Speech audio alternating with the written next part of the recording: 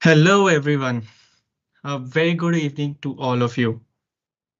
I am Vatsal Banker, and it's my absolute pleasure to serve you for today's event. I warmly welcome you to Control Automation with PID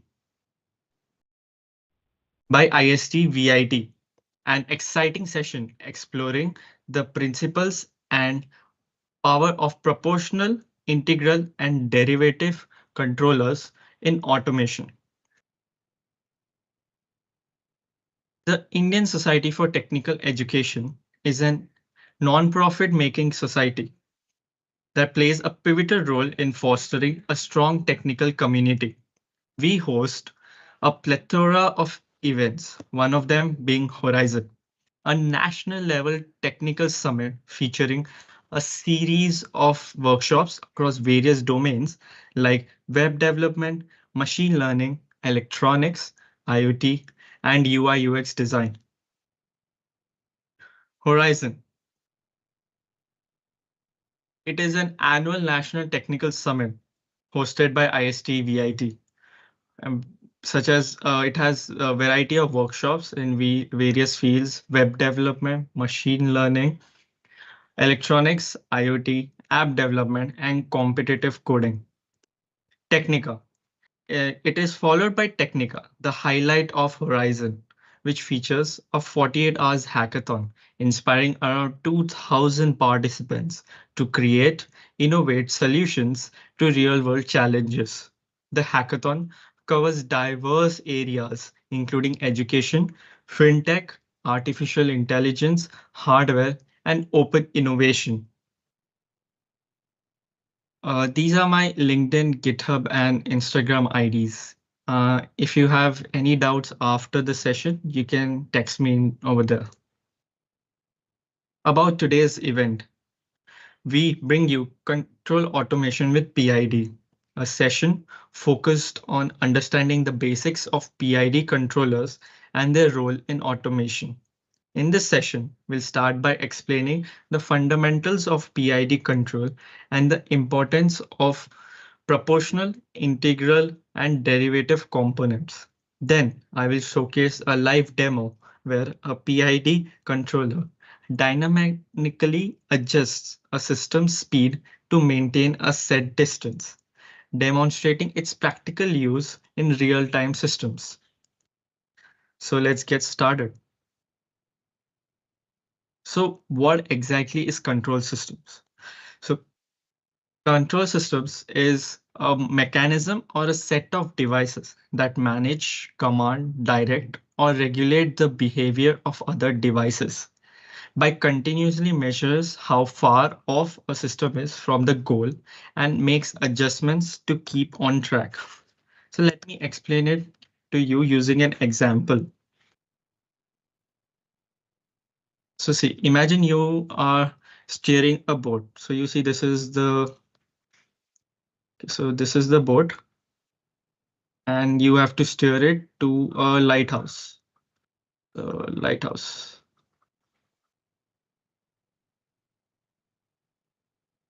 OK, so now coming to the lighthouse. So now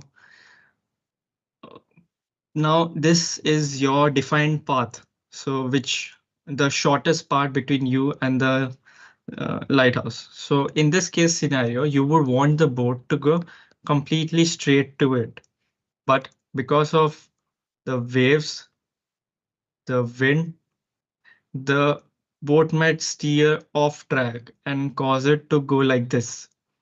So during these times when you are not on path is when you actually like manually control it to steer it to track.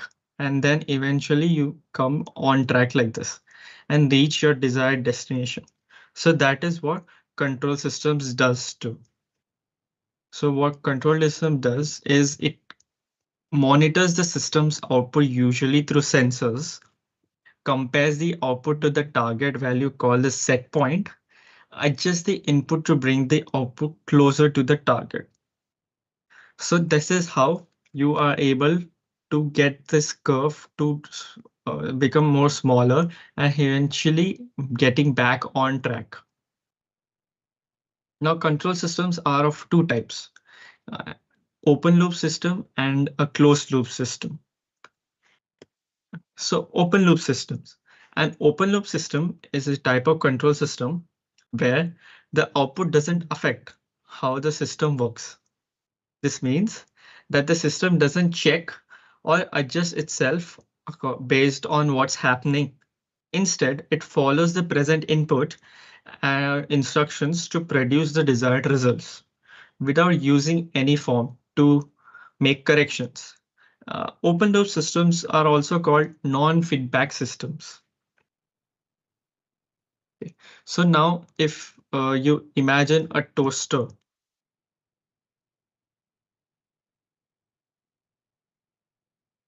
So now if you imagine a toaster.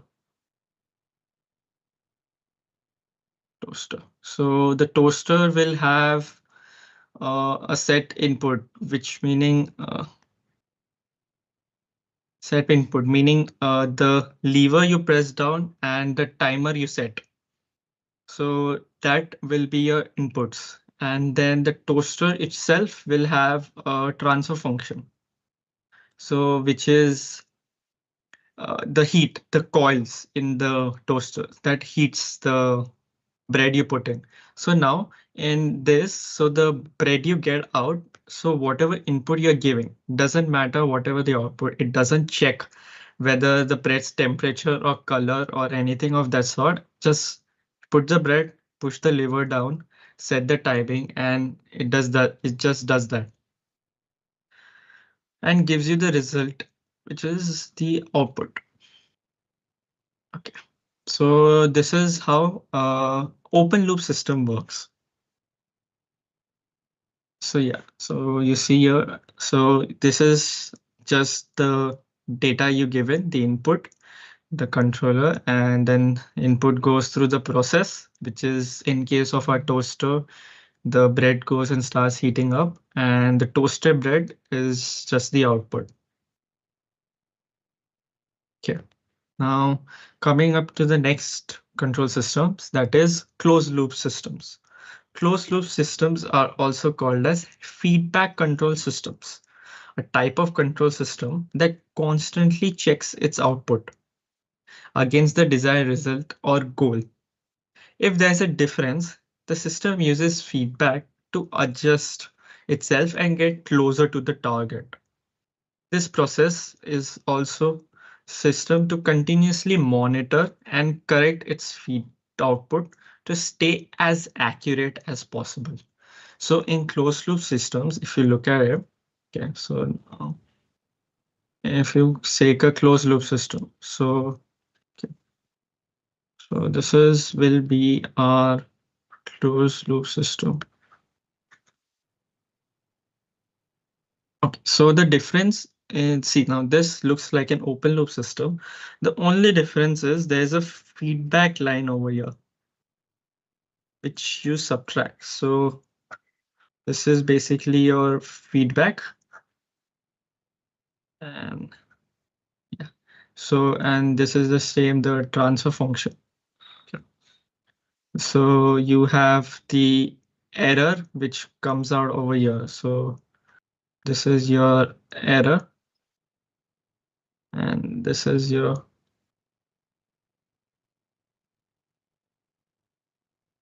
transfer function. Okay, so this is how the only difference between a closed loop and the open loop system is the feedback line. So here you see the closed loop has a feedback, whereas the open loop has no feedback over here. Yeah. Yeah. So yeah, so the closed loop and this is how it looks. So this is the input, this is the output, this is the transfer function. And so when the data input is given and then the transfer function is there, and then before it goes the output, some of the output goes back as a feedback, and then it is compared with the set point So the set point is what you want it to be, minus the feedback, and you get the error. Now error is again fed to the transfer function, and then you get the desired output. So after every loop, it moves closer to the desired output and getting you the desired results. Okay.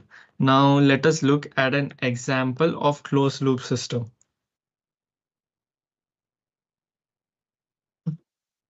Closed loop system. So PID controller is a specific type of control system and one of the most widely used because it's reliable, simple to tune, and highly effective for a range of tasks. PID stands for proportional, integral, and derivative, which are three control actions it combines to minimize error. Let's break down each component and see why it's so effective. So if you do, sorry, so we have one is called the proportional,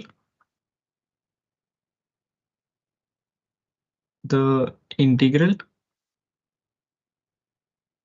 and the derivative.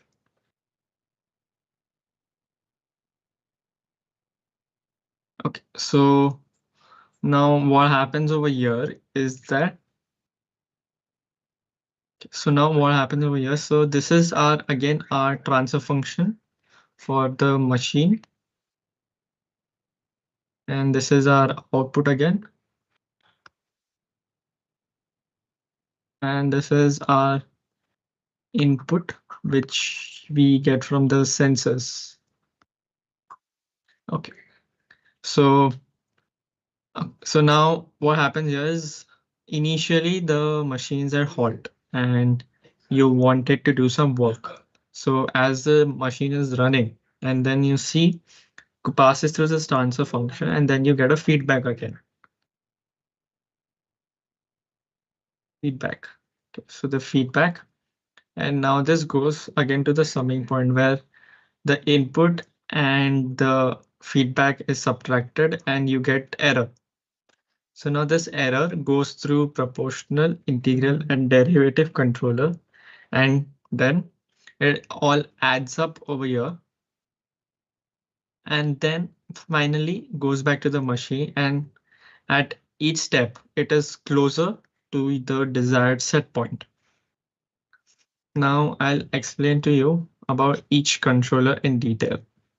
So this is proportional, this is integral, and this is derivative. Okay.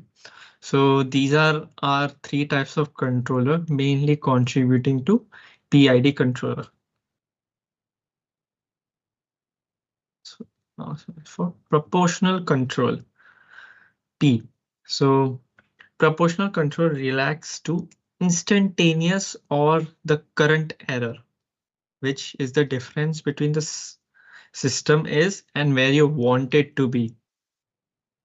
So and mathematically it is represented as this: P output equals to KP times error.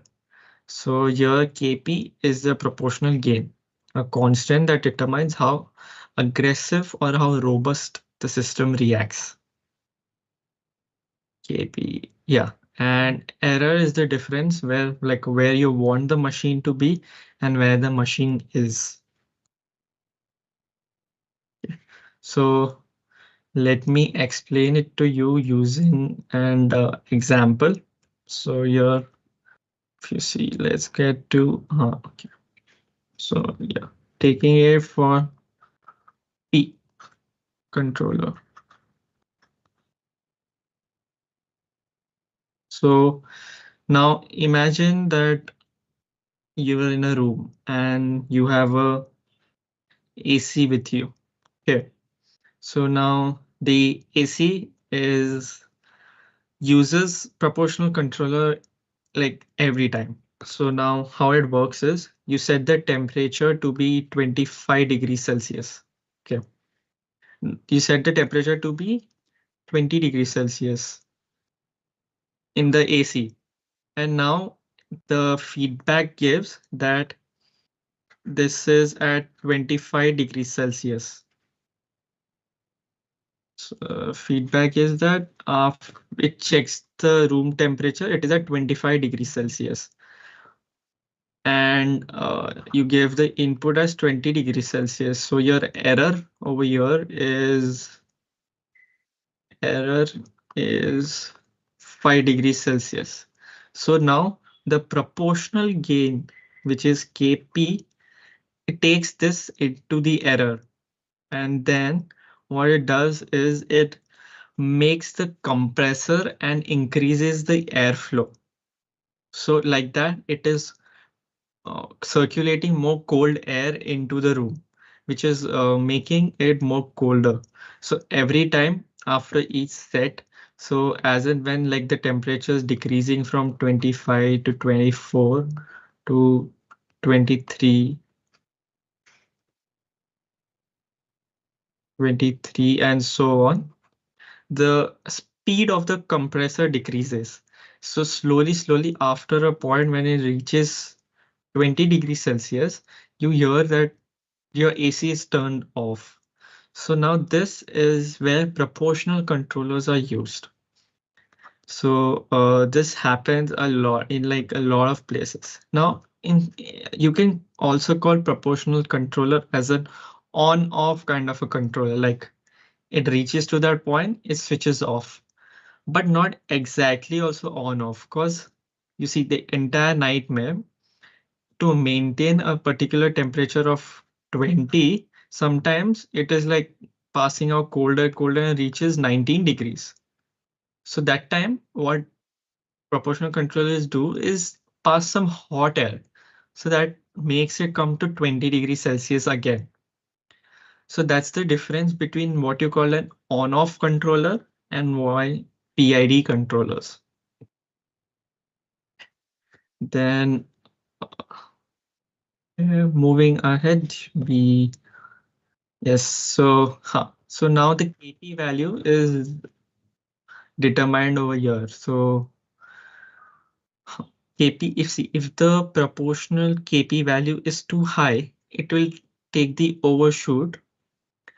If it's too high, then the overshoot happens too quickly. And you see these curves over here, these curves are not good for machinery. Like basically there are fluctuations which causes like damages the machinery from inside, and you don't want that to happen.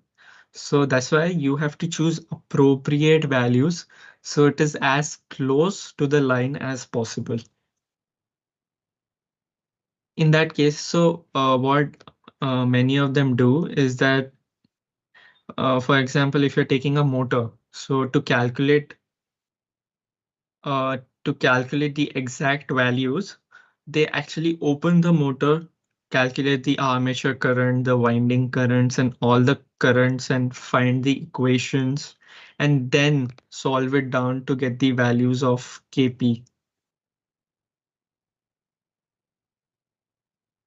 So now moving on, we talk about integral control. Integral component deals with the accumulated error over time. So meaning the past, so the microcontroller where it is being processed uh, it stores the past values and the present values and calculates the accumulated error over time, reducing it slightly every cycle. So that is where integral controller comes in place. So here you can see like imagine a steering wheel has slightly misaligned, causing a small drift. But initially you won't feel that there's like a too much drift or like you're moving off path. But over time, the drift will become noticeable. That's why integral controllers remember past errors, allowing the system to correct the for biases and unaddressed offset errors. So here it is the mathematically it is given by integral output is integral gain into summation of errors, which includes the past errors and the present one. Okay, so ki, where is integral sum? Okay, so let me explain integral errors with the help of an example. So, okay. So integral errors. Okay. So this is our I controller. I controller. Okay. So now let us take a chemical plant. So chemical container. So now take how. So this is our chemical container. Okay, this is where we stored the chemicals. Now, few chemicals require it to be at a certain pH level. Very few, like, pH of water is 7 and you want to like maintain it at 7 only. Similarly, there are few chemicals whose pH is at 7 only. So when the pH drops, so it in the feedback it goes like, oh, the pH has dropped, and here it is, for example, let's say pH you want it to be 7, but here when it dropped it became 6.7. So now your it, error is zero point 0.3. So now what it works is there's Ki here over here. So okay, this is integral gain. This is integral gain. Now your Ki is being calculated and then you get the new error. Okay, so now when this happens, when the error is calculated, now what it does is that gradually adjust the chemical feed rate. So more notices that there's an error, then it adds more chemical into it. Chemical into the container, which actually increases the pH by slow reaction and hence retaining the same pH level as required as this. So at the end, again, you get is as pH 7 only. So this is how integral controller works. So it sees that, oh, it has been decreasing for quite some time. And then now I want it back at pH 7. So it adds the chemical more into the container using slow reaction. Again, the chemicals being added to it. Okay, this is our integral controller. Okay, now if you look at the graph, now if you see in the graph, if you set the integral too high, there is this overshoot. So during this time, it might cause few errors. Like for example, if you take the chemical plant, during this time, if you put too much of chemical, then the pH will increase a lot. And which that also you don't want. And if you put too less chemical also, that also you don't want. So integral value also you have to choose according to your case scenarios, which has to be like pretty accurate. Next on, we move at our derivative controller. So derivative controller being D. Okay. Derivative controller looks and predicts how fast, like how your future trends of error are going to be. So like it basically predicting the error by like differentiating it and like needs to know what is going to happen next. So like you can see here it's like braking before a sharp turn to prevent overshooting. So like if you know there's a sharp turn going to come ahead, you'll slow down beforehand only come. So and like you won't speed into the turn, causing an accident. So that is how derivative controller works. So what it does is keeps in mind that it has to calculate the future errors, and proportional is for current errors and integral is for the past errors. So all your errors are covered in this. So your past errors, say it is deciding your present, it is minimizing your present using the proportional, and it is predicting the future's errors using derivative control.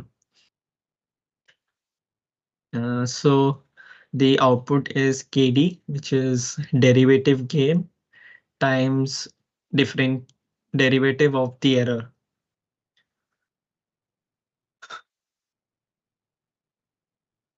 Derivative of the error. So now uh, let me explain it to you using an example. So you now have a derivative control. Okay. So you have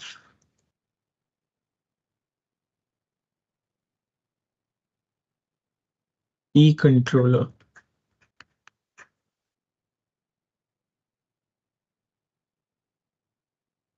So now how D controller works is we again have a KD, which is gain. And this time let us take an aircraft. Now a plane might be like this with a wing and few sockets like, oh. Okay, so this is how your plane looks like. So now your plane's here like this. Now because of turbulence or something, your plane might actually like fall like this or roll towards the other side.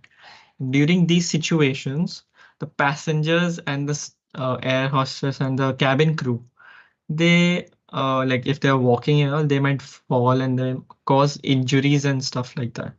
So to prevent that from happening, what uh, it does is that if it notices like when the turbulence comes and again you see that the plane is moving a little backwards. So it is predicting that it is further going to move backwards. So during that time, what it does is says that it has to uh, bend forward,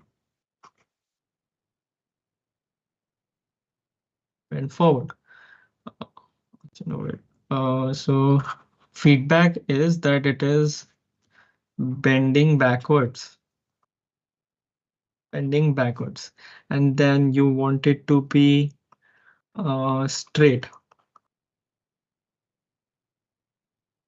So now after it, the error comes that it is bending backwards. So now calculating this, and then it comes to the point where it says you have to bend it forward. So yeah, like this, then your aircraft again bends in the forward direction, getting it to being stable. So this is how a derivative controller works. So every time it senses it is falling back, it tells to fall forwards and then get smooth flight. A lot. So flight control actually have all of them. So have you heard of autopilot? So like in autopilot mode, they use the entire PID controller as a whole to like, stabilize the flight, the direction, the angle, the height at which it should fly, and everything. So this is derivative controller. Now moving on, we so see here you notice that only proportional is just getting you to the part, but it is taking too long. You want it to happen quicker. If you take the integral, it sees that that too big of an overshoots, which you don't want because that will reduce the life of the machine. So now that's when you use derivative also. So now PID is you see how online it is giving you the desired results, but still having a little less. Now, if you select the correct or like very precise value of Kp, Ki, and Kd, like till the fourth or the fifth decimal, that is when it's actually like accurate. So like that is where is being used in the entire world. Like all of them want the accuracy and precision with stability. That's why PID is also being used a lot. Now, what are the main reasons where engineers prefer or like use PID so much? So, PID controller delivers exceptional performance and like with balance, control, and adaptability. They respond quickly without staying with while staying stable, making them suitable for both rapid and slow processes. Now, this ability to handle changes and disturbances ensures that they can work in all different scenarios. Like if you so now see that you can even use AIML in these situations. But now for every situation, your AIML has to be trained. Your initial model has to be trained. Now every time your AIML will have a different case scenario, and sometimes it must be new to them. So that times when PID is even more useful because like you don't have to train it every time. All you have to do is just change a few values and you can get back to working condition pretty quick. Yeah. Then if you look implementation benefits, like I was telling you, it is very easy to implement and very cost effective. So like it doesn't require a lot of memory or like this. So like I can even use PID in my small microcontrollers like Arduino ESP32 and so on. Whereas if I want to use AIML, which has to like have complex processing power and that you need a Raspberry Pi and that is pretty expensive. Not everyone can afford it. So similarly, if you go to industries, they have to like buy huge chunk of hardware just to process their complex data. Whereas PID on like medium amount of hardware also it is able to process and get you the same results that AI and ML like gets you. So yeah, this makes it very easy to integrate with existing systems with minimal modifications needed. Now, industry benefits. Now, if you look at industry benefits, uh, PID controls have actually set the standards of industries because of their proven reliability and universal acceptance. This popularity has led to a strong support amongst industries, including readily available components and skilled professionals. This is again because you can easily implement it to your existing hardware and that too at low cost because this is not that it doesn't need that complex hardware to process it. Whereas if you go for AIML and all, you need more complex hardware, like you need more graphic cards, more processing power, and all of that to calculate and do the complex. In few situations like that, you do need AIML only, but then in a lot of situations, you can avoid AIML by using PID as well.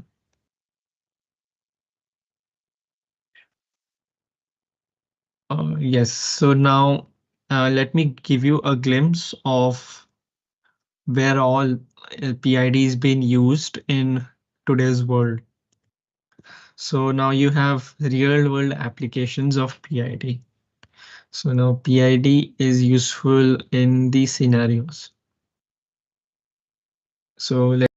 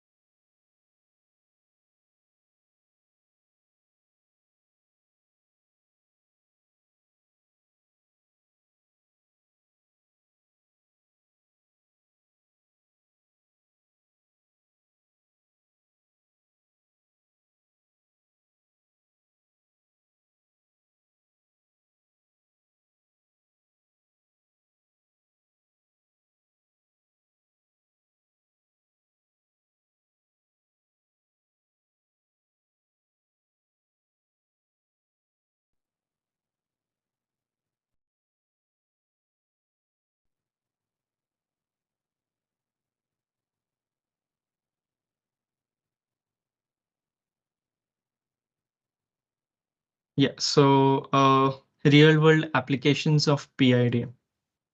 So cruise control in cars. I'll be doing this like implying this into a real world application like in front of you guys after I explain the applications of PID.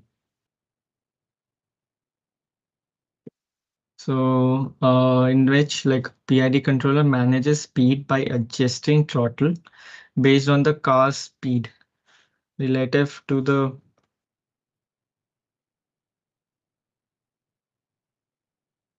relative speed to the target speed. Now this is how it's done. So when a car's so let me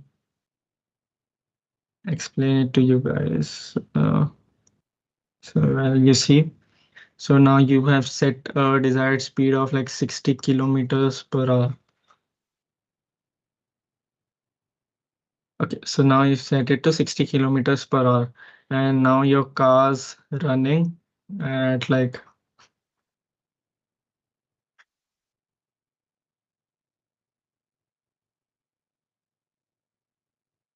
cars running at 50 kilometers per hour. So now it's going. Okay, so now this is the case scenario, and now what it does is that it checks. So the error is again 10 kilometers per hour. So then in this case scenario, what it does is the forces the engine to work faster, pump more, uh, move faster, and get it to 60 kilometers per hour. And that's how it works. So yes, so 60 kilometers per hour. And this is how for cars it works. Same goes for, like uh, temperature ovens. So like here you see, you have temperature control in ovens. The PID adjusts the heat output to maintain a stable cooking temperature. Now, in same way it works in ovens also. So you have an oven over here with your food in there, and there's like some hotness steam coming out of it. Okay, so now this is your cook. Now, if you wanted to cook warmer and the temperature required is like 50 degrees Celsius, but initially your temperature when you put the food inside the oven, initially it is at of 40 degrees Celsius. Okay, so now it has to increase. So your error in this case is 10 degrees Celsius. Uh, temp error in this case is 10 degrees Celsius. So in this case, so now it increases the temperature of the oven and gets you hot food. So like this is works in the ovens. Okay. So now same goes for quadcopters and doors. So PI controller stabilizes flight by adjusting rotor speeds based on position and orientation. So now if you look at it, so if you wanted to like, so this is your quadcopter, let's say, okay, let's make one fan. So this is your quadcopter with the body.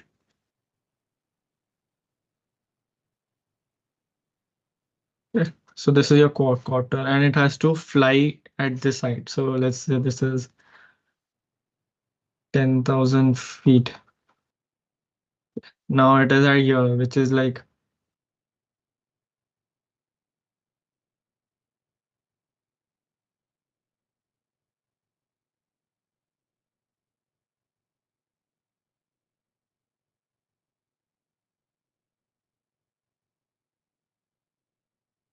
10,000 feet. And now you see the difference is, let's say 500 meters. Okay. So now this is the gap. Now your error is has it has to go up to this height. So what I do is increase speed, increase speed for the increase speed of the motor, and then you see that this yeah, so then this thing moves over here, and then once it reaches over here, so once it reaches over here, and then you see that now it instead, if it was a normal if else condition, like just if else, in that case scenario, what it would do is switch it off. But interesting fact is that in PID, that is why engineers prefer PID. If other than if else conditions in PID, now it has reached here. So instead of switching it off, it will lower the speed.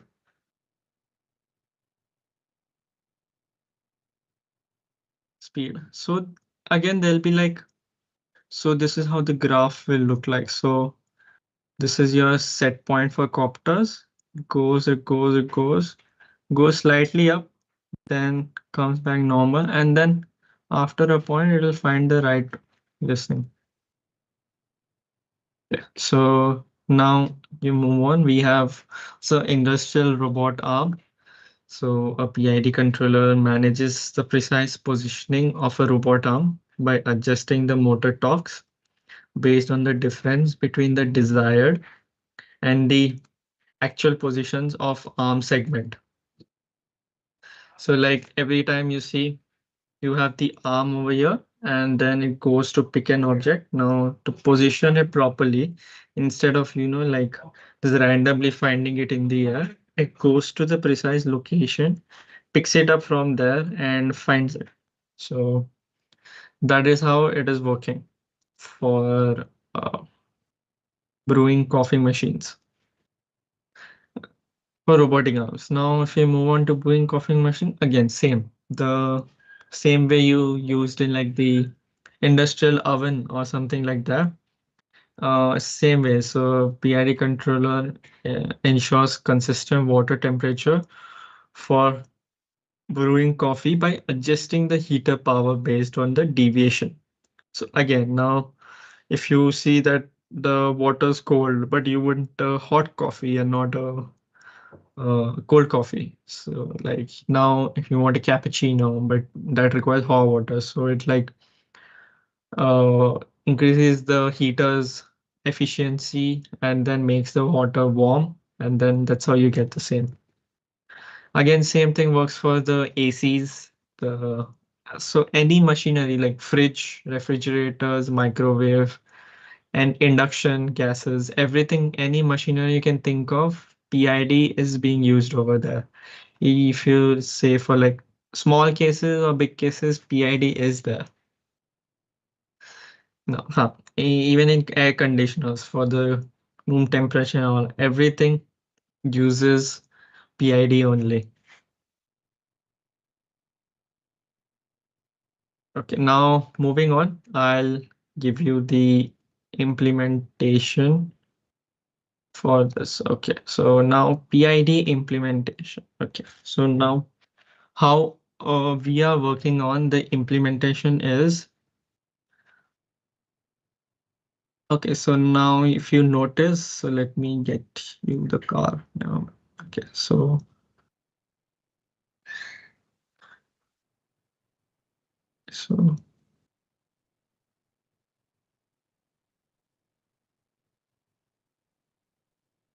so this is one of your cars, and then you notice, um, so yeah, so there is another car over here. So now what you see is this car is moving closer to this car. So now the distance between them is reducing.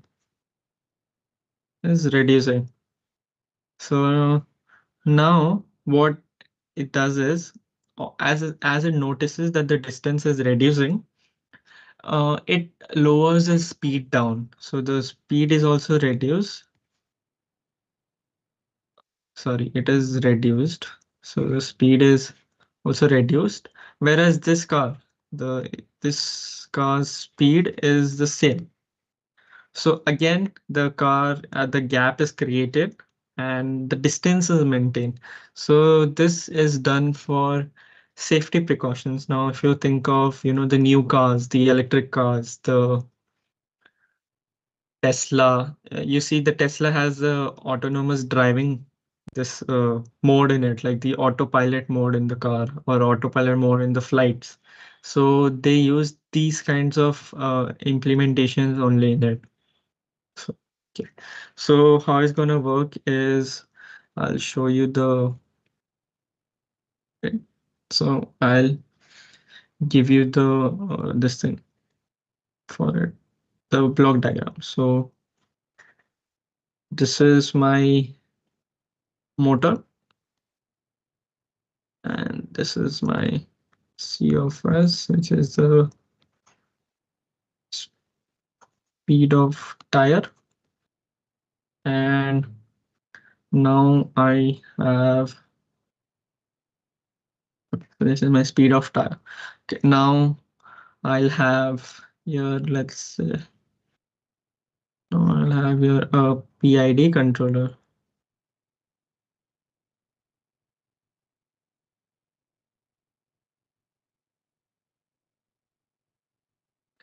And now this will be my summing point.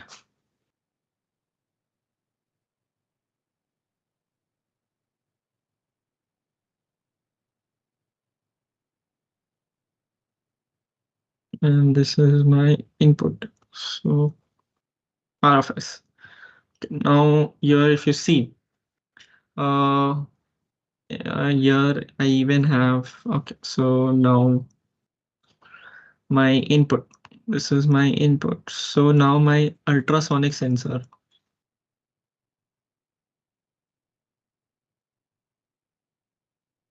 Ultrasonic sensor is,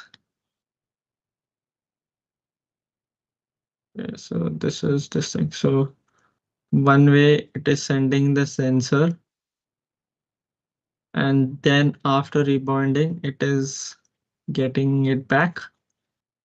And now this is my how my ultrasonic sensor works. So this is how.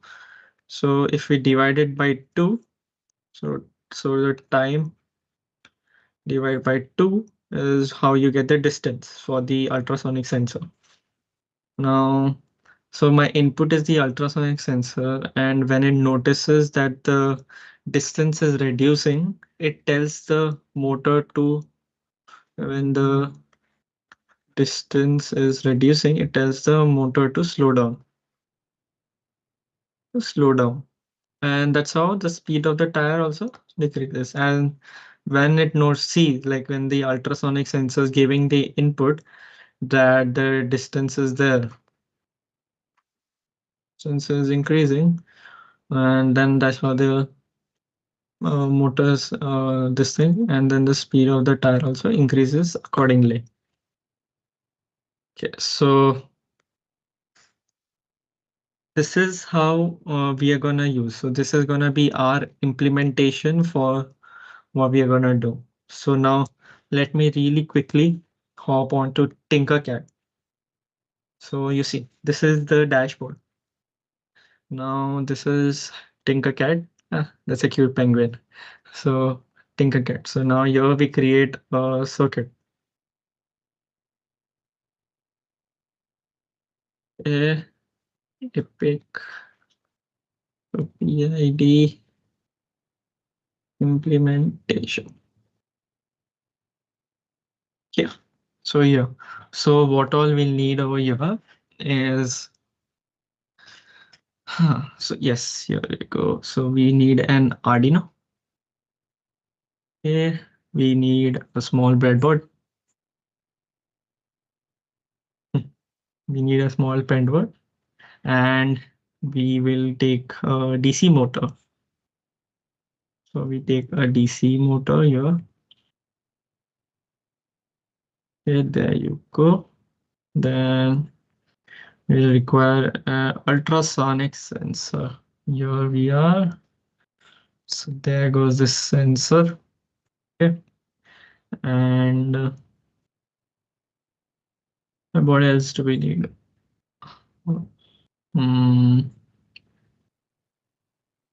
sensor and a motor driver. Okay, so a H bridge motor driver.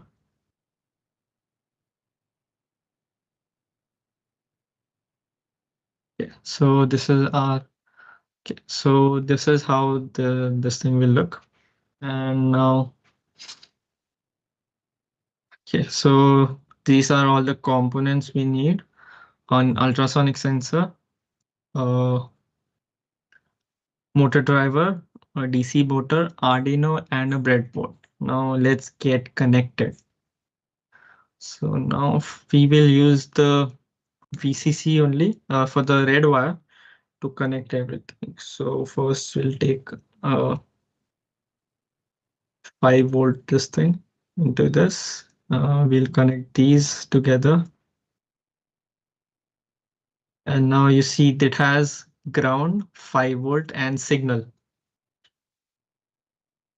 So the 5 volt you connected over here. So there you go. Okay, so this is our, yeah. And now we move on to the ground.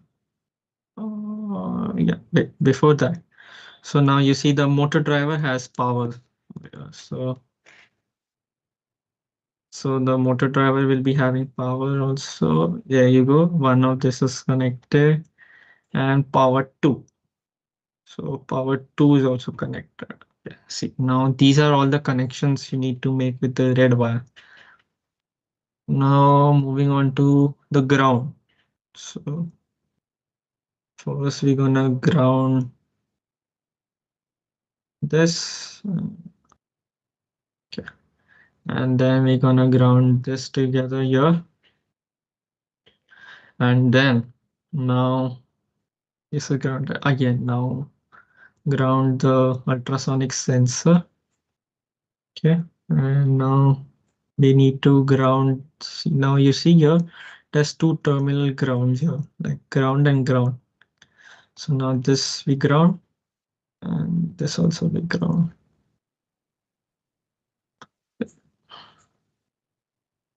Okay. So this is all the grounding we have to do now.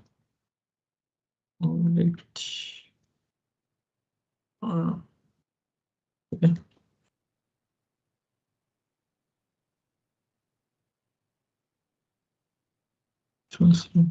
Okay, one change, guys. So we're not using this one. We are using the 4-pin ultrasonic HC-SR04. Sorry. Sorry. So we use this one. So in this we connect the ground and we connect the VCC. Okay. Yeah. Okay. I hope everyone has made the changes. Not the 3-pin ultrasonic. We'll be using the 4-pin ultrasonic sensor.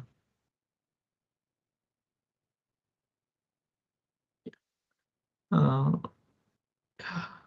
okay, so now this is the connection. Now we move on to connecting the signal lines. So for the ultrasonic, I'll be using yellow. So you see the trigger. The trigger is being used for, so we're gonna connect it to pin number 10. There you go. Pin number 10 goes for the trigger and echo. Echo is connected to D9. So trigger is for D10 and echo is for D9. Okay, so these are the signal pins for the ultrasonic sensor. Now we move on to for the motor driver. So for that, we'll take green. So for the motor driver, we'll be using 5, 4, and 3. So now 5 is, now if you see 5 is connected to 5 is connected to 1. Okay, now do it for you. See the 1 which has enabled 1 and 2. So now you connect it to that. Now the 4. Uh, 4 is connected to the pin number 2,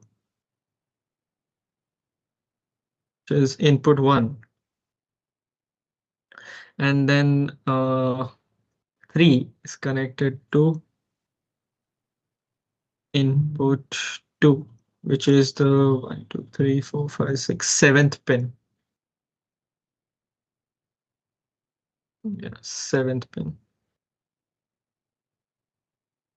So these are the connections. Now your motor driver is connected. Your ultrasonic sensor was connected. Your ground and VCC is connected. Now all we have to do is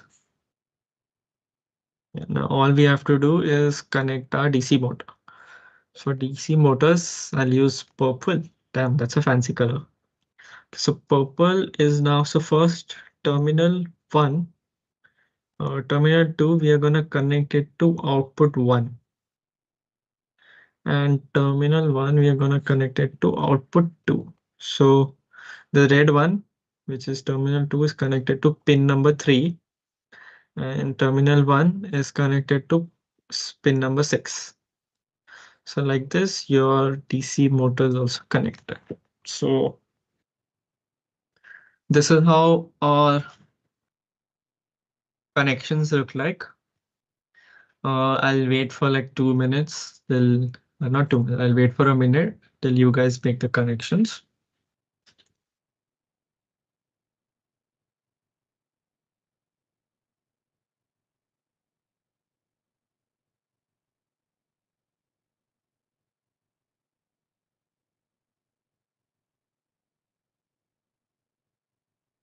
Yeah. Yeah, I hope all of you have made the connections. Now moving on to the code part. So in the code part, I want everyone to shift to text. Yes, so see, this is become tiny code part. Yeah. Now we're gonna start writing this. So if you're a beginner in coding and it's your first time doing this, start by printing hello world. Yeah, but now let's get started.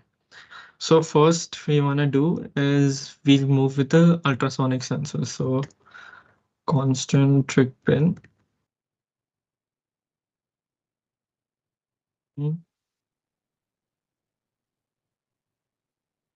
Trigger pin equals to 9. Correct. So wait, hold on. So trick pin is connected to. Oh wait. Okay. So the trick pin is connected to 9.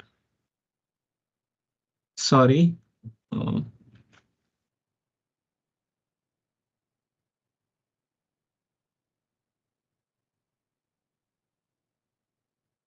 so your trick pin is connected to 9 and your echo pin is connected to 10. Okay, there you go. Please make the changes. Your trick pin is connected to 9 and your echo pin is connected to 10. Yeah.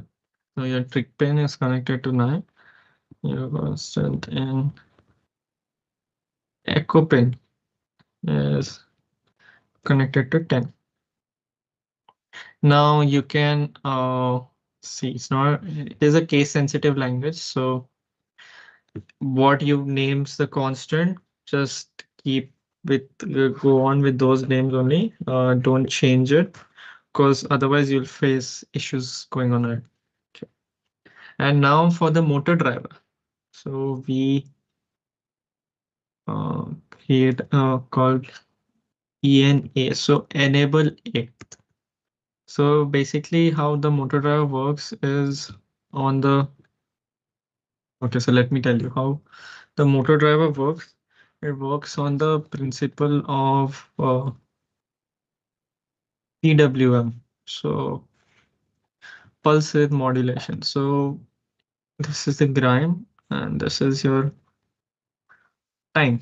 And so initially when you give an input, so this is input uh, for a certain set of times. So now this is how you this the time which is using the time that can if you alter that time the speed at which the motor is moving can be altered. So like in the motor, so if I give this time, then it is going for like this is like 0 to 255. So this is full speed. So this is full speed. This is okay. And PWM. PWM stands for pulse width modulation. Okay. Now, if you go a little narrow than this, so for example, this is your time, this is your voltage, and now if you go narrow,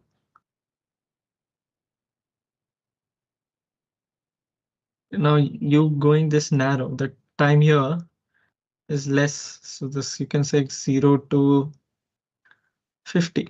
So this time is too small compared to this time. Let's say T1, T2, T1. So your T2 is compared to T1. So this means this was going at full speed, whereas this is going at lesser speed. So this is now, so this is how you change the speed based on pulse width modulation. So coming back, uh, so enable. Now we'll do the PID variables. So let's go for PID variables.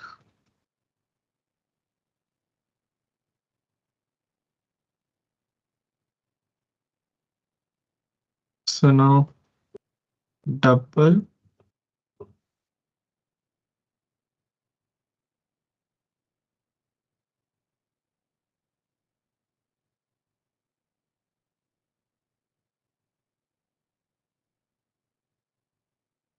and output. Okay. So these are our variables. So like I showed you in the block diagram. So we have input, we have output, and we have a set point you wanted to reach.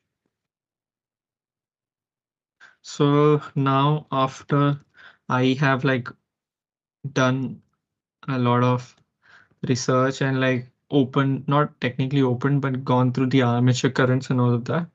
And I have got the KPK, I and KD values for you. So KI 0.05 and KD 0.01. So these are our PID constants.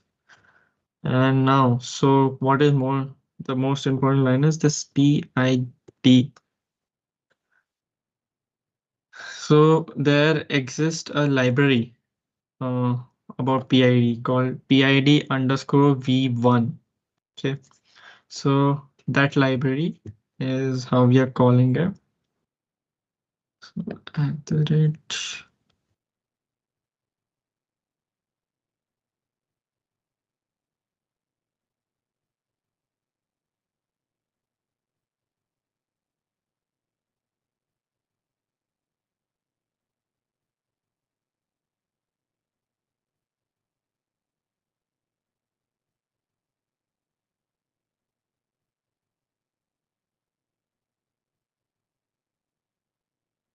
KD and direct. So basically this line is what is your entire PID depends on. So the way it is said is what is the most important thing here.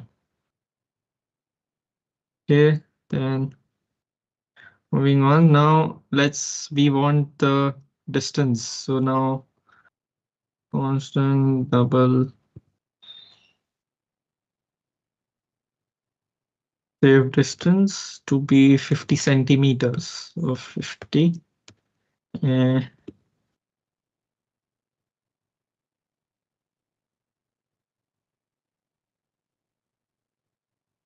distance to be 20.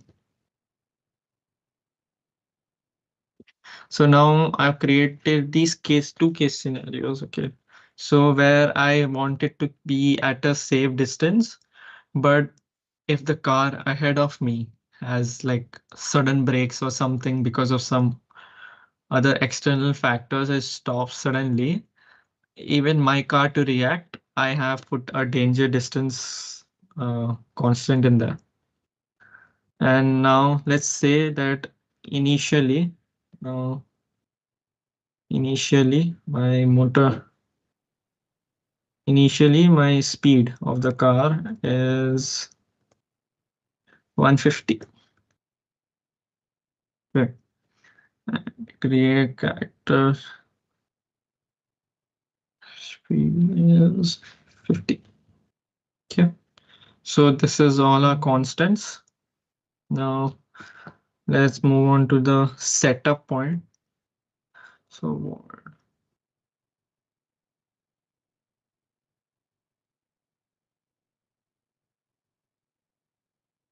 setup. So this is a setup. Okay. So now,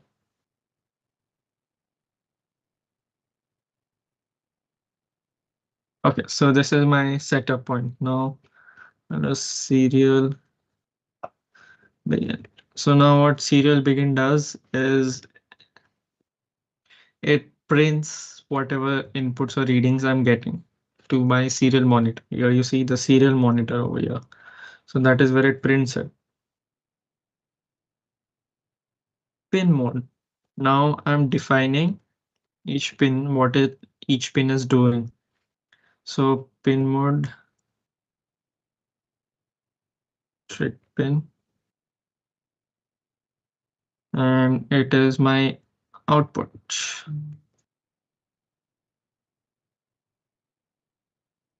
Yeah, so I'm gonna copy this.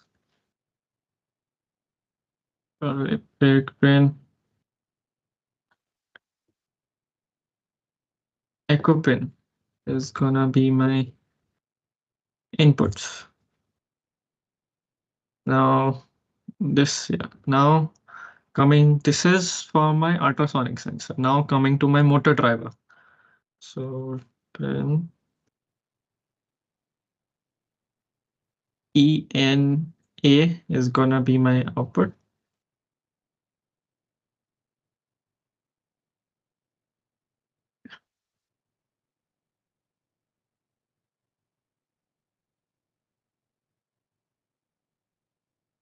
And then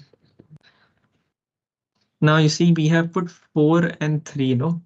So that are also we've put it in inputs, but according like for our Arduino, it is an output. So we've put here 4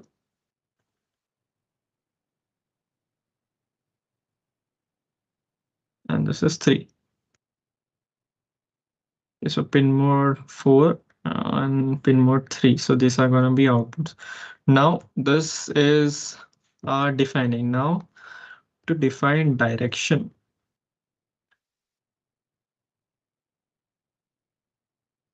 To define direction, what we're doing is now it's moving in the forward direction only. So for that, we write digital right. So I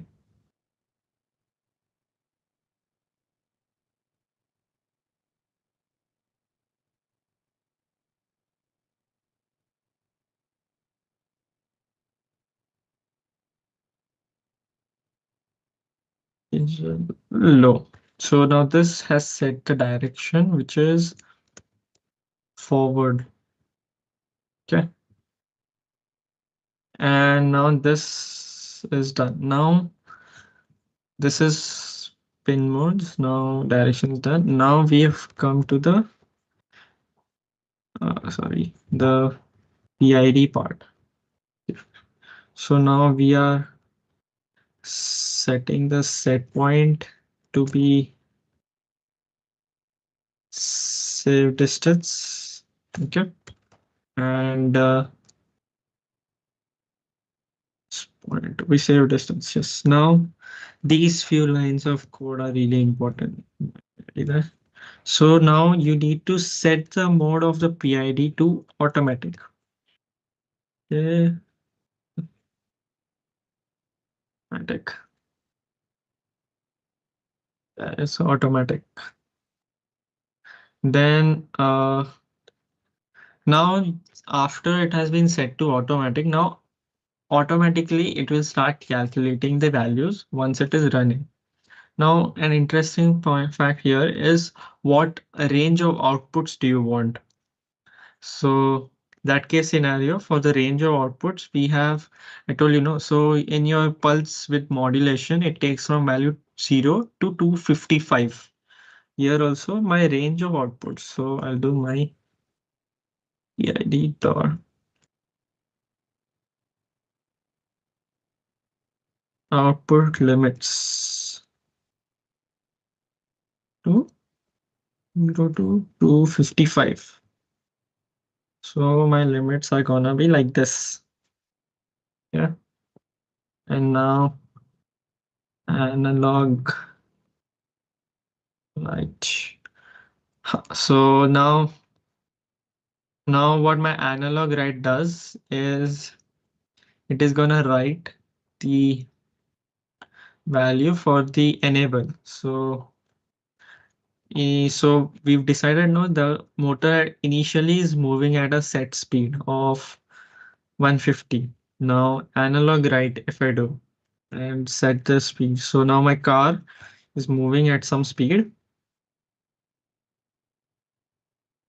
Okay, and this is done. So this is the entire thing is a setup now.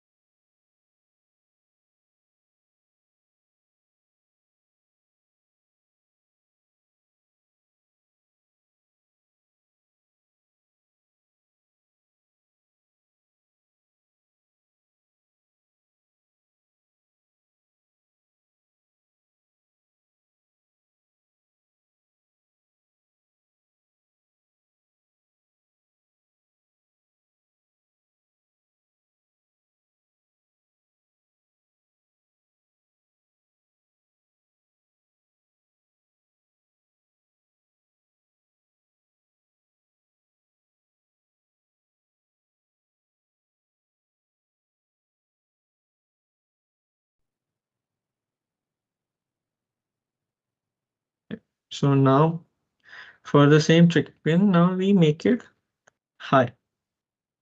So now it is high. So after it's been turned off, and if you turn it on, then it is giving the ultrasonic readings. So the waves are going, they're hitting an object, and then they're coming back again. So delay of 10 seconds, and then here again we'll like switch off the pin. So now this is our, yeah. So this is now our, yeah.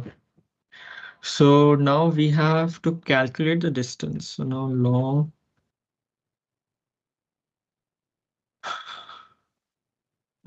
duration to pulse in. So now pulse in is checking if your receiver. So and every time the receiver is getting waves, the ultrasonic waves, it becomes high. So your duration is, it's calculate, it has a timer in it. So from the time it has transmitted the wave to the time it is received, that time it is calculating. So that's your duration. So high. And okay, now distance. So now double distance equals to duration. Okay, so now to calculate, so now we know the formula speed equals to distance by time.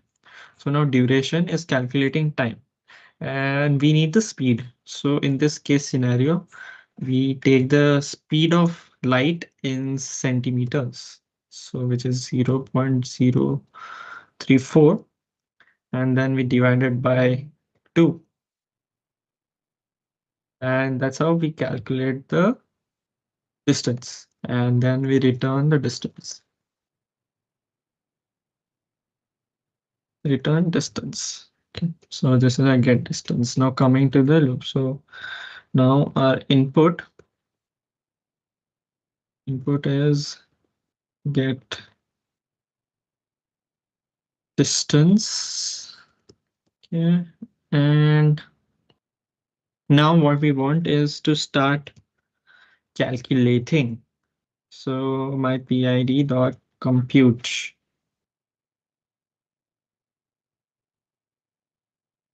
P dot compute. Now, so here we'll use a little if else. But now you must be thinking that, oh, I'm already using if else. Then why am I using PID? Now see, if else is just if it is near that or close to the range. If you use only if else, then it's like an on and off. So if it is this, switch it off. If it is this, switch it on. That's it. But whereas in PID, uh, again, it remind you in PID, if it crosses that, it will not switch it off, it will lower it. And if it's not reached it yet, it will make it quicker. So it stays over there and after a point reach, it finds the optimum set point and then it keeps at it. So, okay, so if input is less than equal to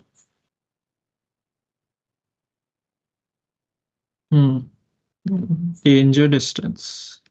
So in this case, I wanted to have emergency brake.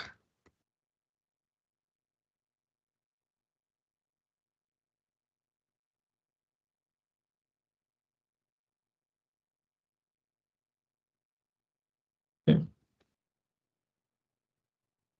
Yeah, else if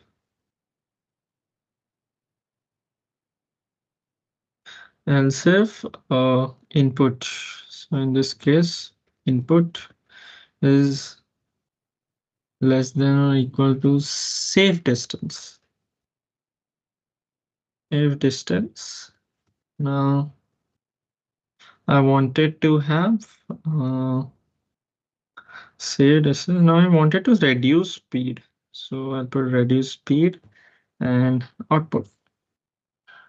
Now to check what output or what speed it is going at. So we do a sprintf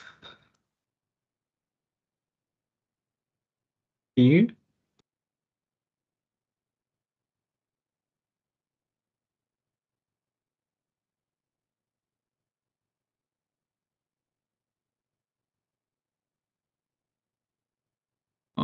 So percentage D.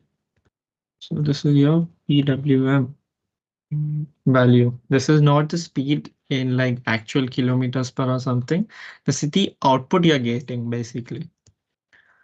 So, okay, so speed and which is int output. Okay, so this is done. And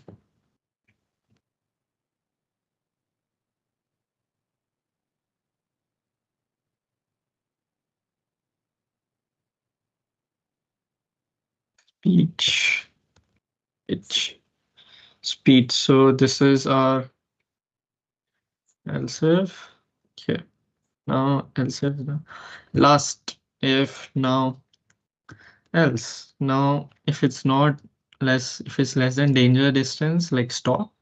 If it's less than safe distance, like lower the speed. Now if it is greater than the safe distance, that case scenario also we consider. So in that case, we wanted to go at full speed. Analog.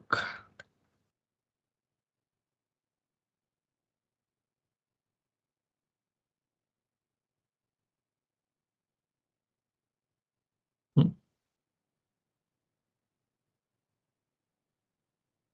Yeah, and then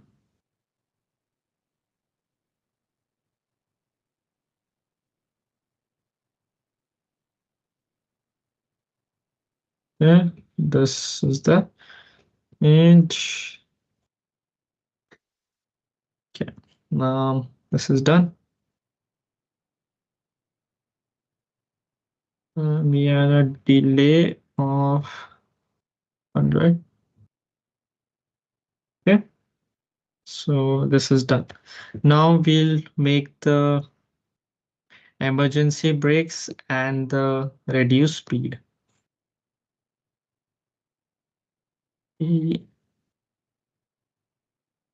So if we see,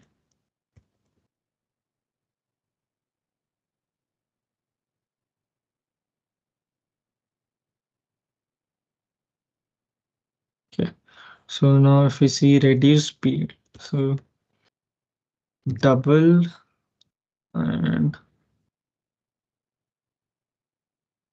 target. So this is a target. So this is where we want to reach. So in current speed is to analog read. So it is calculating the current speed right now, and then it is reducing the current speed accordingly. So if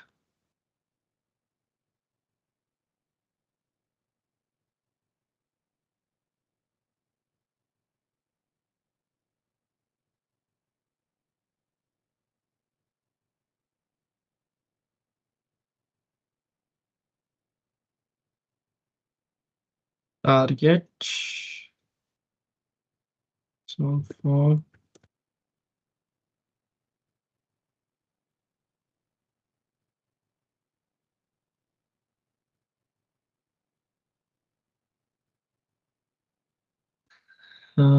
current speed, we get for this current speed and speed is greater than target.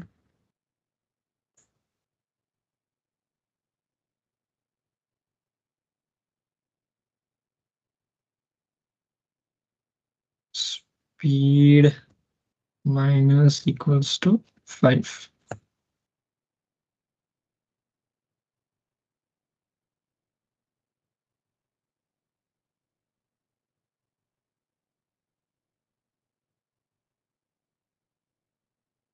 Speed analog.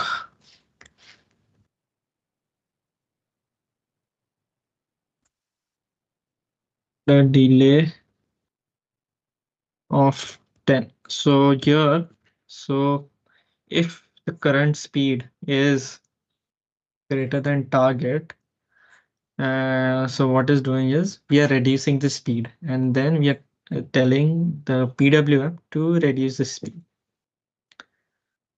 Yeah, so um, else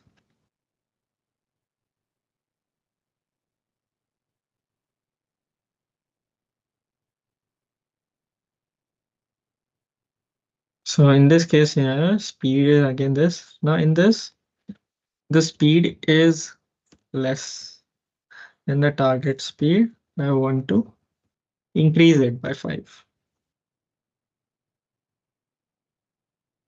Okay, so else and delay is done. So this is okay. So we close the brackets, and this is a code for reduce speed. Uh, okay, okay, this is done. Last, we have word emergency brake.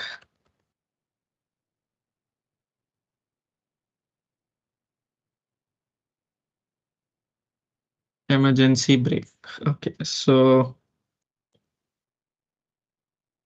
okay, now where we analog write it as now in this case scenario, we just want it to like brake, like stop moving. So we set the motor speed to 0 and we print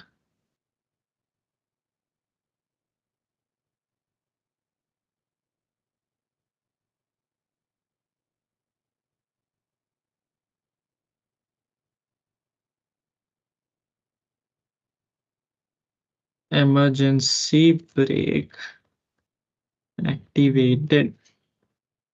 So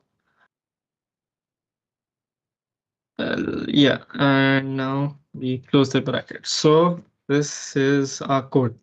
So we have an emergency brake, we have reduce speed, we have get distance. These are our situation, and according to that, it is adjusting our setup. And now if you press start simulation, you'll get an error which says my PID is not defined.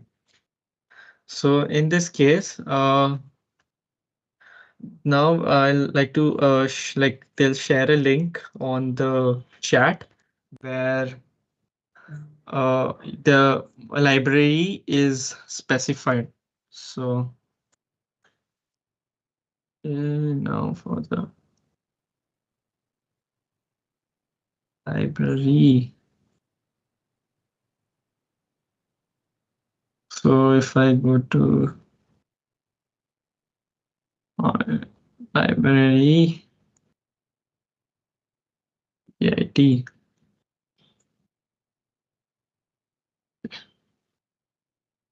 So I'm sharing this entire file with you. So where this library is mentioned. So now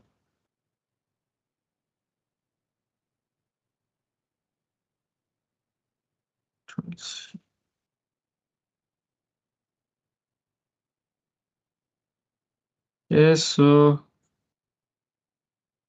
this is our library. Library. And moving on ahead, here is our code.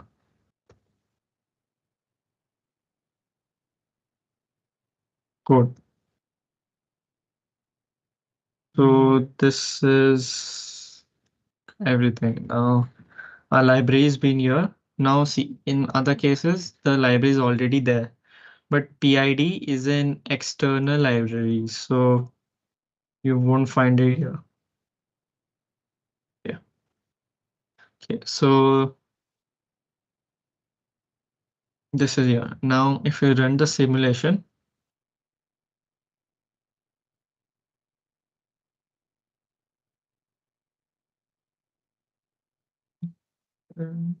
let's speak.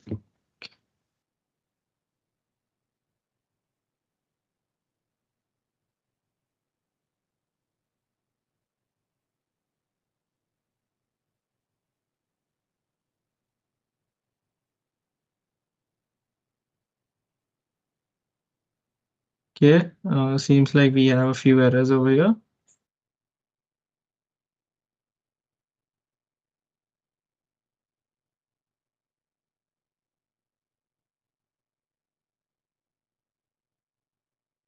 Okay, hold on. Let's see.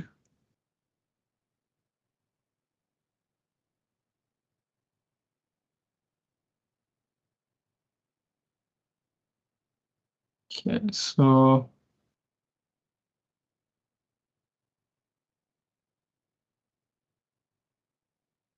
yeah, so now if you hold on for a second.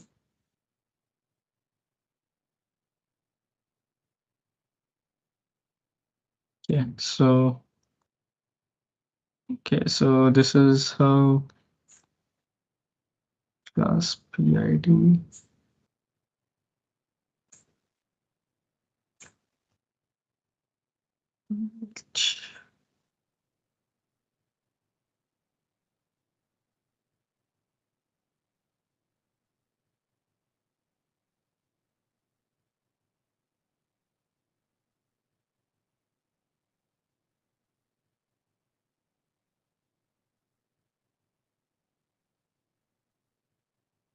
Yeah,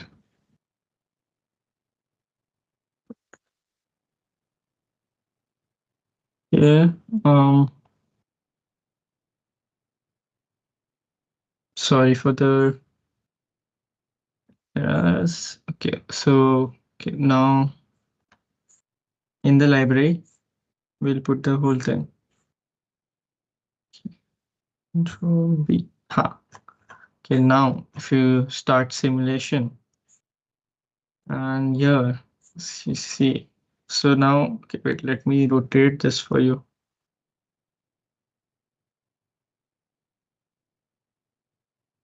Okay, so now let's see. Now if I start the simulation again, now if you see, now you see the speed is 9393 RPM and the distance is 113.4 centimeters. So if I like reduce it, the speed, nothing. Oh, now it sees the cars approaching here and it says it has like say reduced speed and then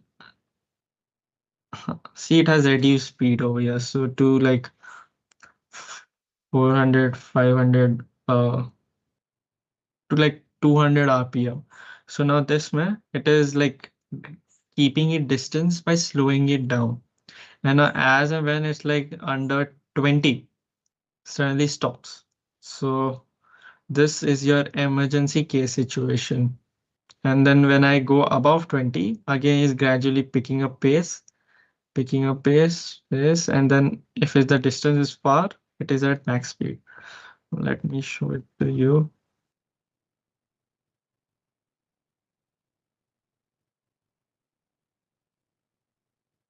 Now let me show it to you so I can zoom in.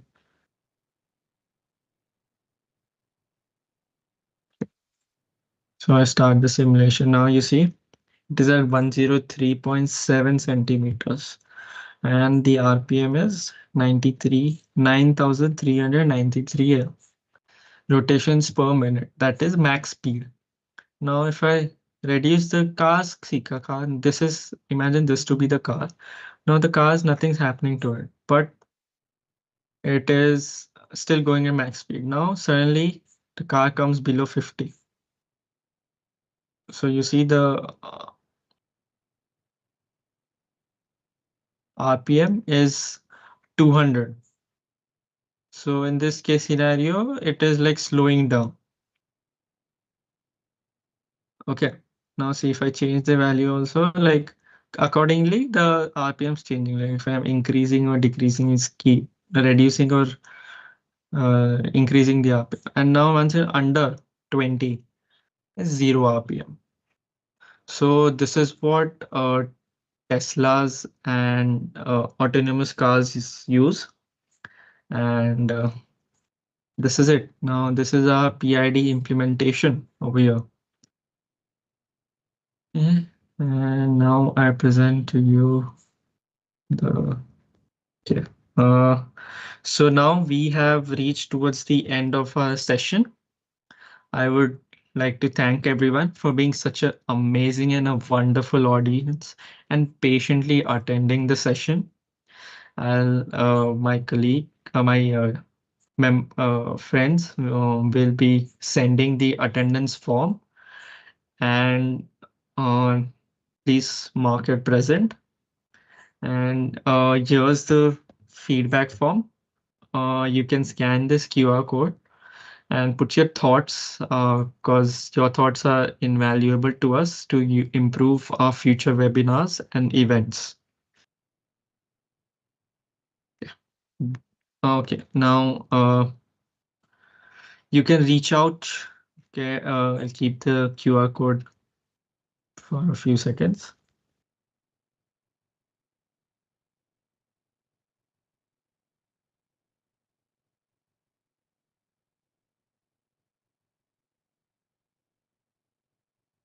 Yeah. Now, thank you for your feedback, and do reach out if you have any questions or want to share your experiences on PID or have any doubts related to it. Feel free to tag or reach out to me anytime. Also follow IST's social media handles as well to stay connected and to keep up with the latest updates regarding valuable resources, events, and more such webinars. Thank you for joining. This is your speaker, Vatsal Banker, signing off.